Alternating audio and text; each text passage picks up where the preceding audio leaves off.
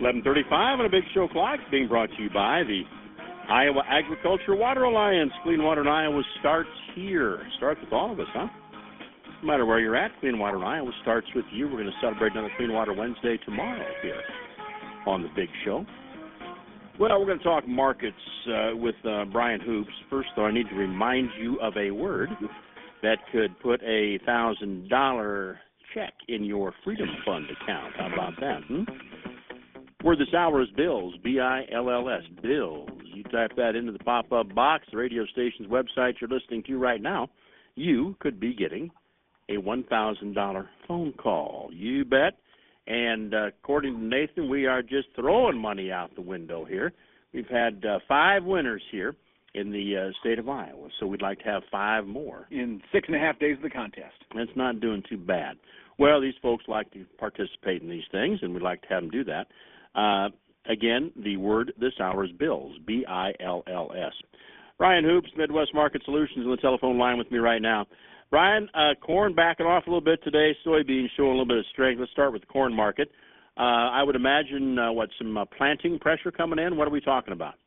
Yeah, you're right. The forecast is starting to change a little bit from earlier forecasts. It's going to allow that corn crop to get planted a little bit more quickly, and so we're seeing that market back off, and subsequently soybeans starting to rally a little bit because we may not, at least in theory, plant as many soybeans. But we've heard from a lot of clients, boy, there's a lot of soybeans going in the ground early, and national planting numbers that came out yesterday, they're pretty much in line with what we saw a year ago, almost identical, in fact. So it tells us we're not running behind. We're running at a very good pace, a pace last year that yielded a very sizable corn and soybean crops.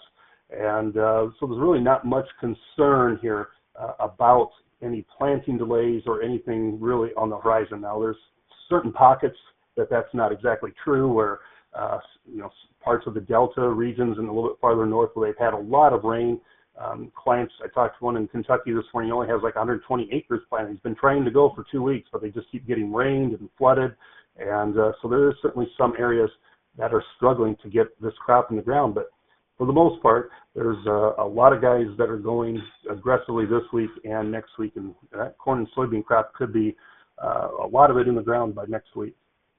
Now, you're as far south as, southern Missouri, I guess. You've been picking up some fairly heavy rain there as well.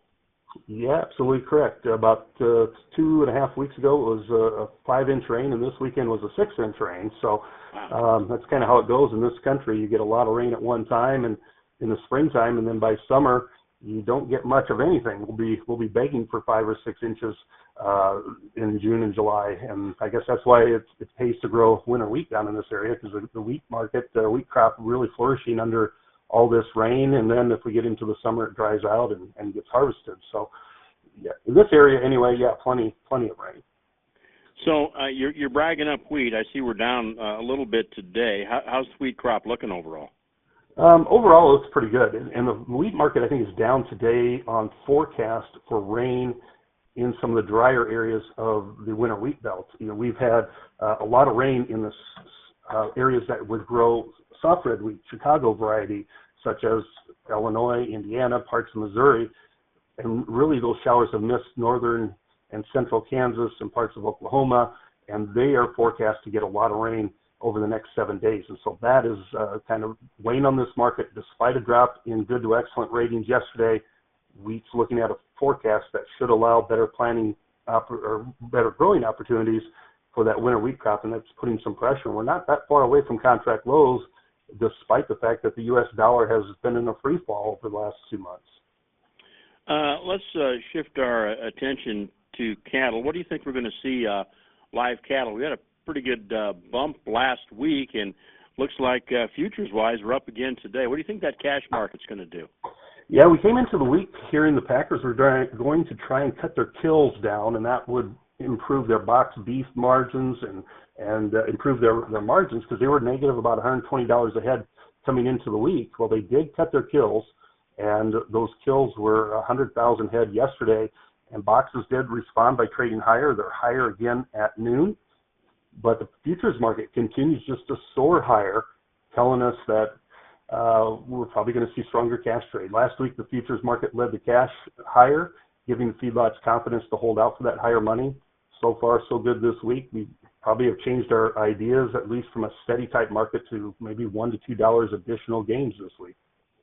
So we're talking two in the maybe teens then as far as cash cattle.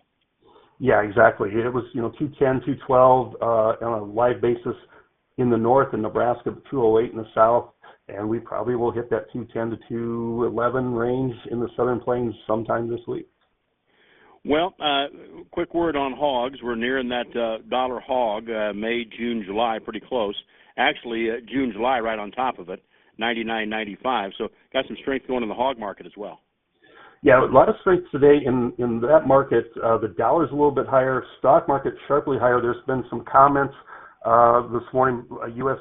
Secretary had indicated the U.S. and China tensions are easing, and that pushed the stock market a lot higher. Gold market, which hit 3,500 overnight, has seen a $115 pullback from those highs, and I think that's kind of spilling over into the hog market because we're heavily dependent on exports, especially to China. If those tensions ease, we may open the door for some sort of a trade agreement that would allow no tariffs on U.S. goods being shipped into China. You're drawing a line pretty quick there between easing tensions and trade agreement, but we'll kind of see if your wishful thinking there pays off, I guess, over the next few weeks. But Brian, folks want to talk markets with you. How can they do so? Yeah, you can find a list of our offices at our website, which is MidwestMarketSolutions.com, or you can call me directly, 417-501-5132. Nice, Brian. Talk to you in an hour and 10 minutes and get some projections going forward. Right now, we need to find out the events of the day.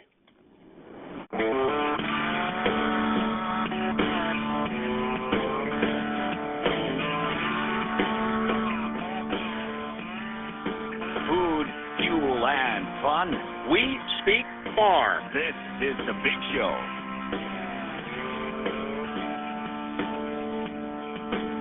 $12:55 on the Big Show clock. Brian Hoops with us to wrap up the trading time we have here on the Big Show. Brian, corn a few cents lower, soybeans a few cents higher today. Let's look out a few weeks into the future. What do you see for December corn, November beans? Well, you get to the end of the month of April. I think we're going to get this crop planted, and history has told us that when we have a pretty aggressive planting pace, farmers tend to add a few more corn acres than maybe what they had expected. So I think you're probably going to see us push over that 95.5 million acre number. Of course, that won't be revealed until June, but assuming we get through this pace, we're going to get a lot of crop in the ground through the end of April, and I think that puts a little pressure against the corn market, maybe supports soybeans to an extent, and then we can start talking about going into May, start talking about weather and how the crop is going to be affected, and maybe we can have a secondary rally. Usually we don't put our seasonal highs in until June or even very early July. It is weather forecast for South America at midday. They've had the last couple of days have had a fairly wet forecast for that safrinha corn growing regions, and that's put some pressure against old crop corn values here in the U.S. I think that's another reason why we're going to see lower prices in corn through the end of the month of April. So we are looking at South America, Brian. Soybean harvest pretty much, I think, is pretty much done. What are you hearing about that safrinha corn crop? So it's off to a pretty good start, and you're right. The soybean harvest in Brazil, 92% done, pretty much virtually complete. The Argentina soybean harvest, however, is only 6% complete. That's way behind normal because they've had too much rain. They were dry for a long time. Now they've had too much rain. Corn harvest is just maybe in the first 25% done in Argentina. But so far, it's so good.